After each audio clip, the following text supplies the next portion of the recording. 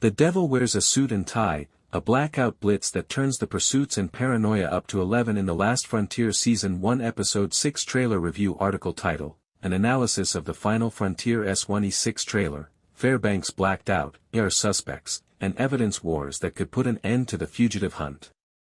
With Episode 6, The Devil Wears a Suit and Tie, which premieres on Apple TV Plus exclusively on Friday, November 7, 2025 at 12:01 a.m. Pacific Time, Apple TV Plus' The Last Frontier Season 1 accelerates toward its mid-season conflagration. As Marshal Frank Remnick, Jason Clarke, hunts shadows in the snow, the 53-minute drama, which was created by John Bokenkamp and Richard DeVideo and directed by series veteran Kari Skogland, intensifies the prison plane crash mayhem and plunges Fairbanks into literal darkness. The official trailer, a tense 1:45 sizzle reel that was made available on Apple TV Plus' YouTube on October 31, 2025, intensifies the sense of isolation with frenzied pursuits and glitchy blackouts.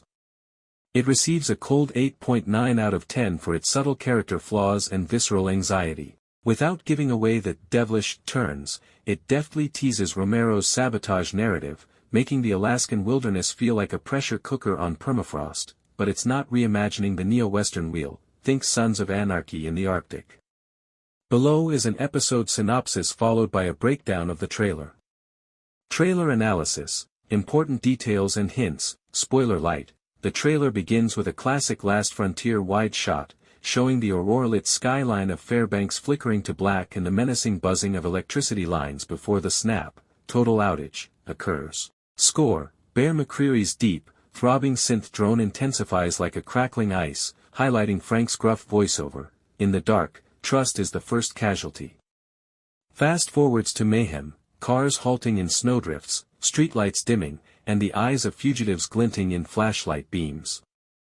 Here is the plot, pulse by pulse, without giving away the entire plot. Hook, the Blackout Onslaught, midnight to 0:25, power substation sparkle like mischievous fireworks as an aerial drone plunges into a gloomy Fairbanks. Residents are rallied by Frank, Clarke, all-weathered passion, who says, "Romero's not hiding, he's hunting." In the emergency room, Sarah, played by Haley Bennett, notices a suspicious patient, a shadowy person with a bandaged hand, and remarks, "He's not here for help, he's scouting."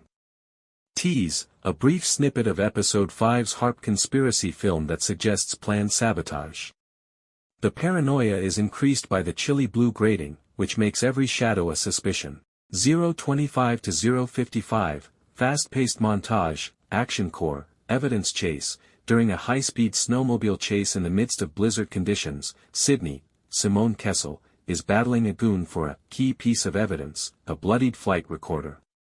She growls, "This tape doesn't leave my sight," as Clarke's character Frank slams a tundra buggy over drifts, fugitives blazing aimlessly and tires spinning. Havelock, played by Dominic Cooper, gets a terrifying close-up, dressed as a devil in the snow. He spoke the words, "Power's just another chain to break." The practical effects are impressive. The chases feel incredibly realistic because to real Alaskan shootings in Whitehorse, where gunfire is drowned out by wind howling. 0:55 to 1:20, family in the freeze, emotional fracture humanizing the hunt with slower beats as they huddle by candlelight. Frank's daughter Luke, played by Tate Blum, whispers, "Dad, they're coming for us." An Inupiaq elder quoted by Alfred Woodard says, "The devil doesn't wear white, he blends." His suit and tie motif is teased by intercuts of Romero, Clifton Collins Jr., wearing a fitted suit that are orchestrated from shadows. Frank and Bennett's Sarah exchange a sexually suggestive look, "We can't outrun the dark forever." Dread and defiance are blended together as the score rises to a pulse throb. Montage culminates with an blackout brawl, Scalpel vs. Shank, between 1:20 and 1:45, Tag and Sting, which fades to the Apple logo over a frozen Fairbanks skyline. The subtitle is, "When the lights go out, the real monsters wake." A Stinger-equipped air date stamp, "In the wind, Sydney's evidence bag was tearing." The trailer's erratic editing, power surges warping faces, feeds X rumors, #LastFrontierE6 trending with 35K posts on Romero's suit reveal. Don't expect any significant spoilers.